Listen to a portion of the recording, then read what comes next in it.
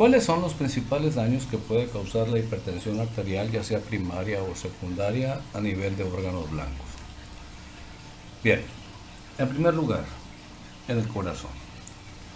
En el corazón tenemos la cardiopatía hipertensiva, de la cual hablaremos en unos momentos más, y que no es otra cosa que la resultante del cansancio, la fatiga del ventrículo izquierdo, tras luchar durante un periodo de años, por lo general, contra unas resistencias periféricas elevadas.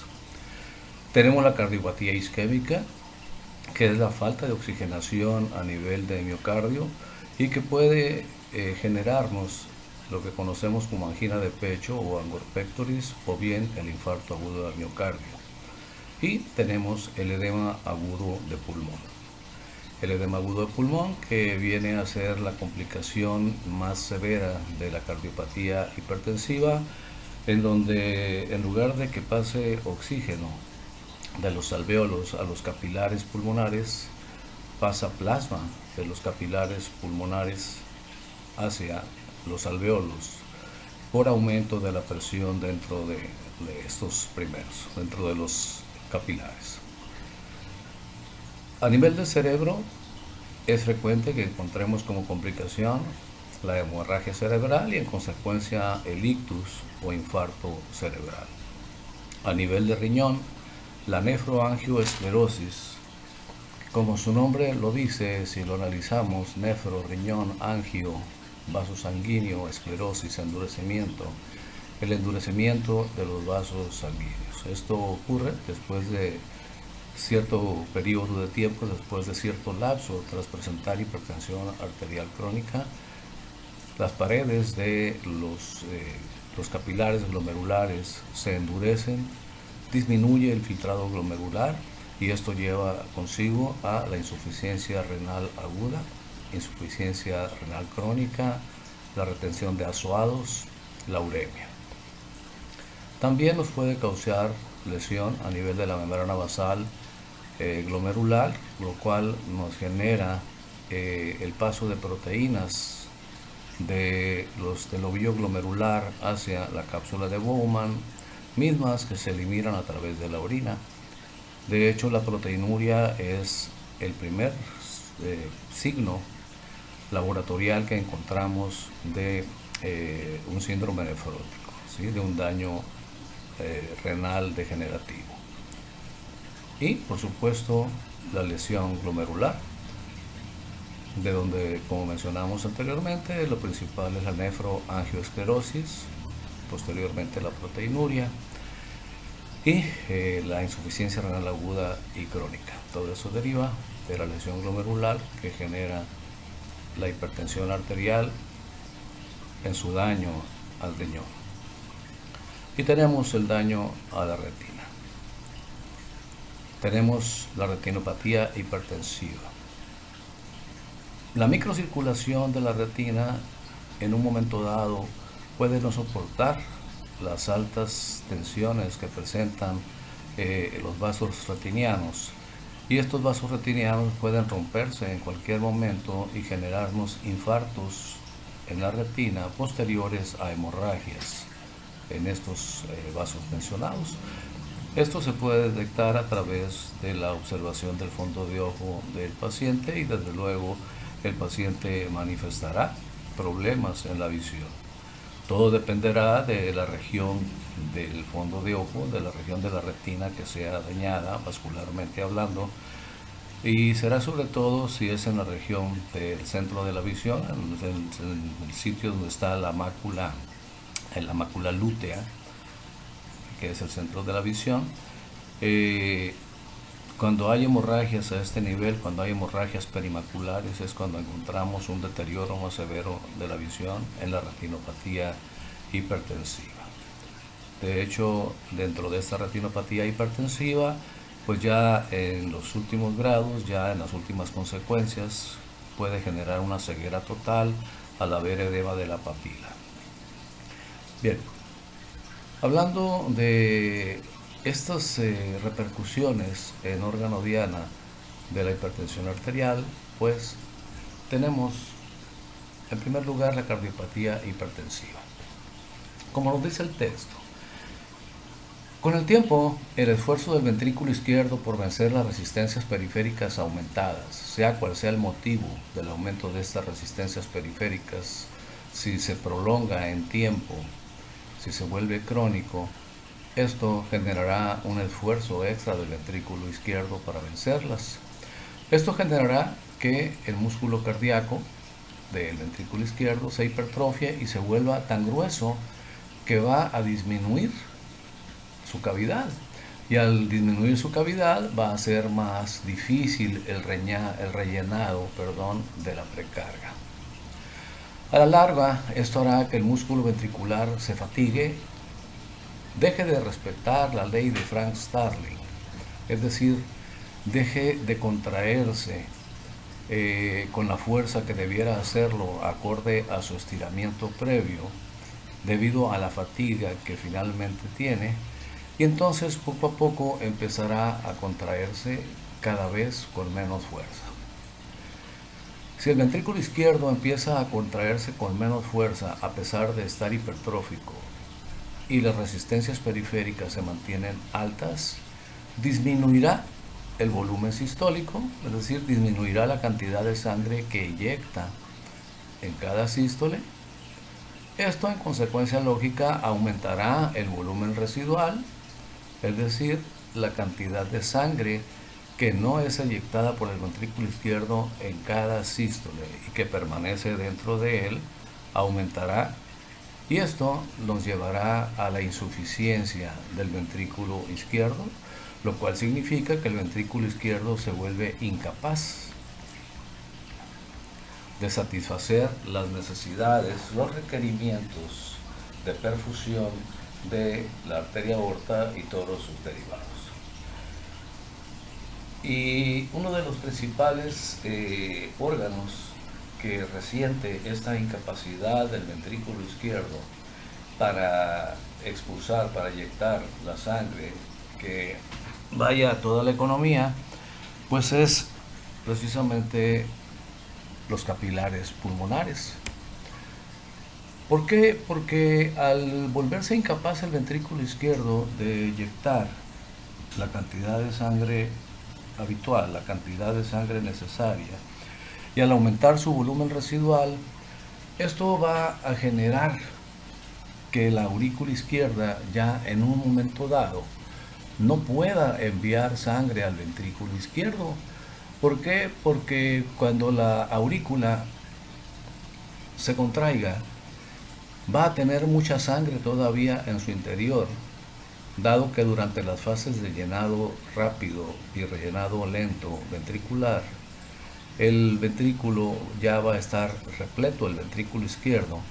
Si le adicionamos el volumen residual que dijimos se va a incrementar en cada sístole, el volumen de sangre que queda dentro del ventrículo izquierdo y que no puede ser eyectado, dada la fatiga del músculo de este mismo.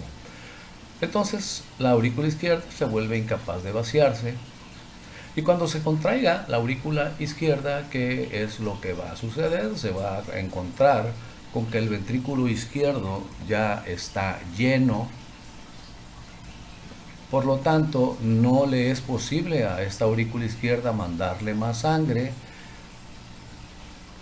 y esto, en repercusión directa, generará que la sangre de la aurícula izquierda, en lugar de irse hacia el ventrículo izquierdo, que ya no resiste más carga, se irá esa sangre oxigenada en dirección retrógrada hacia las venas pulmonares. Al irse hacia las venas pulmonares, pues la sangre, imagínense las venas pulmonares, si yo dibujo aquí una vena pulmonar, acuérdense que son 4, 2 que vienen de cada pulmón y traen sangre oxigenada a la aurícula izquierda.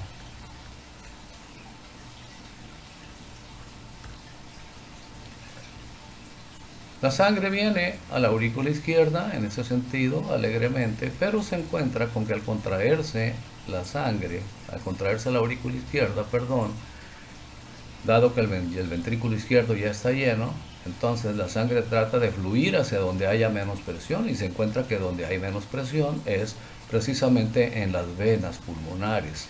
a pesar de que la sangre viene de los capilares pulmonares, viene sin una presión alta, viene con una presión baja, y la presión que le ejerce la aurícula izquierda, la sangre que tiene en su interior, pues es mayor que la que trae las venas pulmonares, y de esta forma se genera una estasis y una plétora con un aumento de la tensión en las venas pulmonares. De hecho, llega el momento en que la fuerza con que la sangre tiende a regresarse de la aurícula izquierda hacia los capilares pulmonares es mucho mayor que la fuerza que trae la sangre que viene de los capilares pulmonares hacia la aurícula izquierda, y entonces la sangre empieza a fluir en sentido contrario. Esto, además de aumentar la tensión de las venas pulmonares, aumentará también la tensión, ¿sí?, de los capilares pulmonares.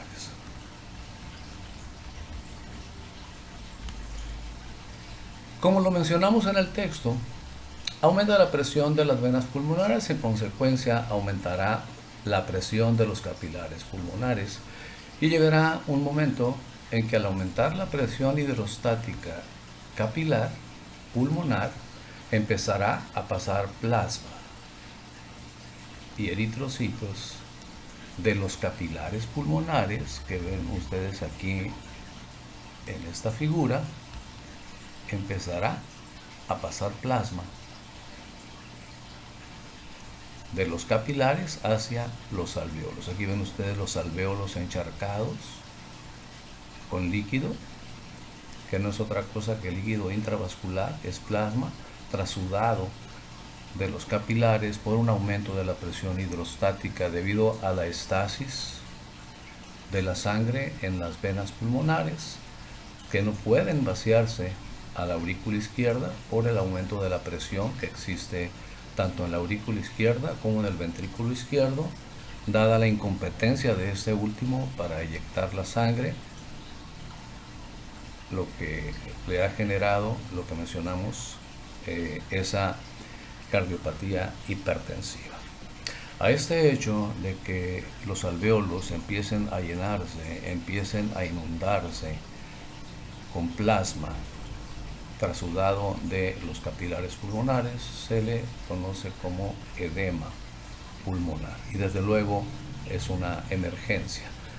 Un paciente con edema pulmonar por lo general presenta disneas paroxísticas,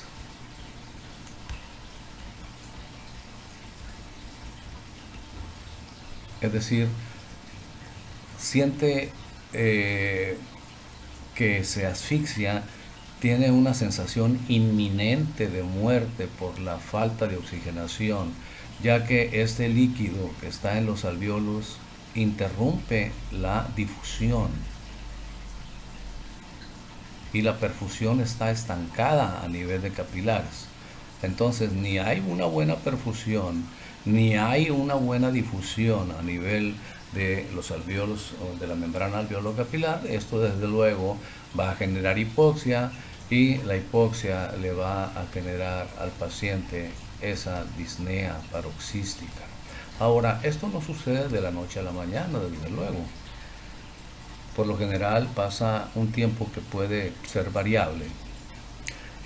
Para que un paciente con cardiopatía hipertensiva desarrolle este edema pulmonar, ¿cuánto tiempo? Pues es variable en cada persona, y también va a depender de la severidad, de la idiosincrasia de cada paciente y de la severidad de cada caso.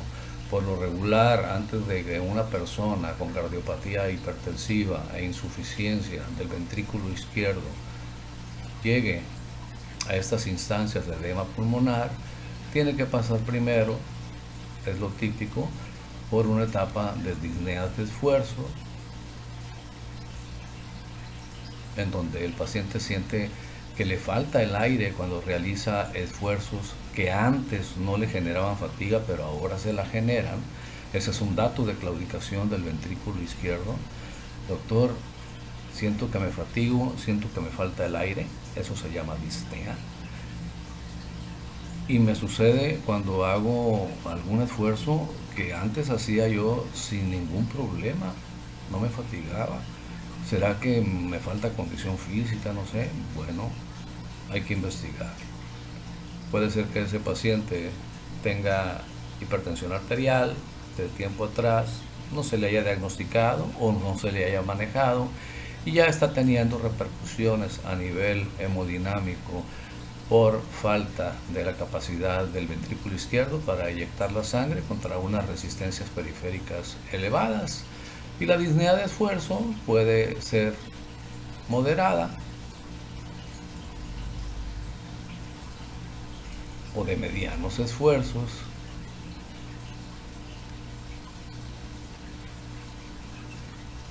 Pero si no se hace nada al respecto y ese paciente continúa con resistencias periféricas altas y esfuerzo hemodinámico por parte del ventrículo izquierdo, seguramente evolucionará a disneas de pequeños esfuerzos,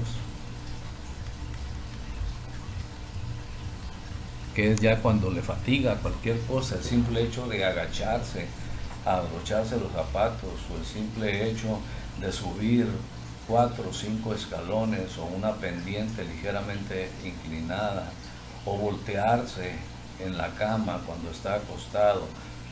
El hecho de que esto le genere dificultad para respirar, pues lo podemos tomar nosotros como una disnea de pequeños esfuerzos y nos habla de que ya los pulmones no están siendo capaces de oxigenar, es decir, no se está llevando a cabo una hematosis adecuada a nivel alveolo capilar, pero no por un problema pulmonar, sino por un problema de estasis sanguínea a nivel de venas pulmonares y capilares pulmonares, por una incapacidad de la aurícula izquierda de vaciarse hacia el ventrículo izquierdo, ya que este ventrículo izquierdo está fatigado, está contrayéndose con una fuerza mucho menor de la que debería, tiene un volumen sistólico muy bajo, tiene un gasto cardíaco muy bajo, tiene en consecuencia un aumento del volumen residual y estas son las consecuencias. Algunos pacientes evolucionan a lo que se conoce como ortopnea, que es el hecho de que no toleran el decúbito supino, no toleran el estar acostados boca arriba.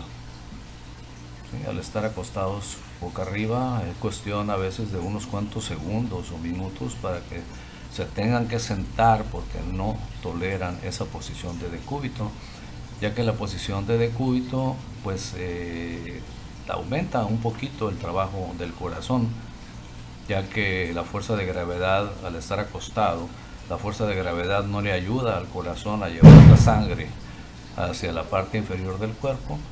Entonces esa posición de decúbito hace que el corazón, sobre todo el ventrículo izquierdo, tenga que trabajar un poquito más, y si ese ventrículo izquierdo está fallando, pues se va a manifestar con mayor amplitud en esa posición, ¿no? Y esa manifestación va a ser la falta de respiración, es decir, la dificultad respiratoria, la disnea al estar acostado, a lo cual se le llama ortopnea. ¿Okay? La manifestación tiene una magnitud más considerable y ya de ahí pues viene lo que llamamos la disnea paroxística, que por lo regular es en la noche. La disnea paroxística pues por lo regular es disnea paroxística nocturna, que consiste en que el paciente, estando dormido, se despierta porque tiene los alvéolos inundados, ¿sí? Tiene los alvéolos llenos de plasma, no hay oxigenación de la sangre y el paciente se despierta con edema pulmonar, le genera esta disnea paroxística que mencionamos y pues es una urgencia médica, ¿no? Hay que llevarlo inmediatamente al paciente al hospital, a que se le tomen medidas, a que se le dé manejo de este edema agudo de pulmón, que se le maneje sus volúmenes sanguíneos, se le administren diuréticos, etcétera, ¿no? Ya el manejo intrahospitalario pues ya depende del criterio médico. Pero esta es una repercusión bastante seria y bastante frecuente de la hipertensión arterial. Es una repercusión a mediano o largo plazo. El cansancio del ventrículo izquierdo, insuficiencia ventricular izquierda, aumento de la presión a nivel de venas y capilares pulmonares y la presencia de edema pulmonar.